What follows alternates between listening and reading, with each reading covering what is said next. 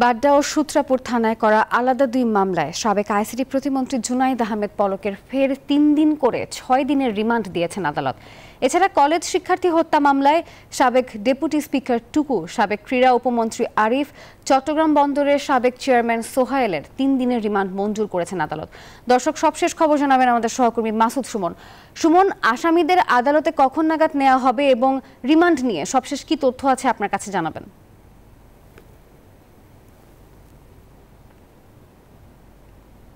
নাফিসা, আসামিদের কিন্তু আদালতে তোলা হয়েছিল আজ সকাল ৬টায় তাদেরকে এই সিএমএম কোর্টে নিয়ে আসা হয়। তারপর ঠিক 6:30টায় মইনুল ইসলামের আদালতে কিন্তু তাদের এই রিমান্ড শুনানি চলে। আপনাদের যেমনটি বলছিলেন যে আজ এই যে আইডিয়াল কলেজের যে ছাত্র খালিদ হাসান, তাকে হত্যা মামলায় কিন্তু ডেপুটি স্পিকার শামসুল হক টুকু এবং সাবেক যে উপমন্ত্রী আরিফ খান জয় এবং মোহাম্মদ সোহাইলের কিন্তু 3 দিনের রিমান্ড মঞ্জুর করেছে।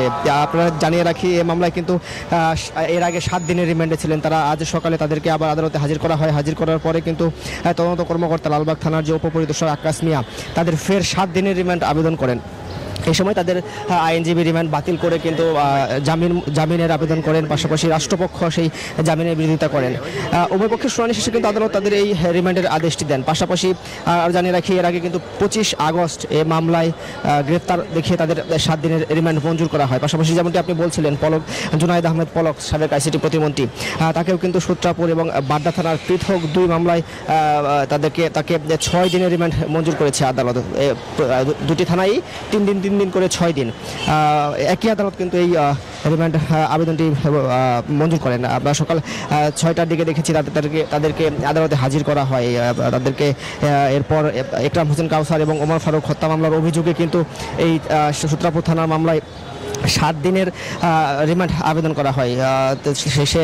সেই রিমান্ড শেষে কিন্তু এই জুনাইদ আহমেদ পলককে রিমান্ডের যে আবেদনটি, তার বিরুদ্ধে কিন্তু তার আইনজীবী এটি খারিজ চেয়ে তাকে জামিন চান।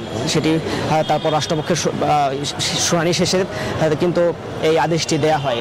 তো এই ছিল আমার সিএমএম কোর্টে। আরেকটি বিষয় জানিয়ে রাখি আপনাদের, আজকে কিন্তু সকালে সহকর্মী মাসুদ সুমন, আপনাকে ধন্যবাদ।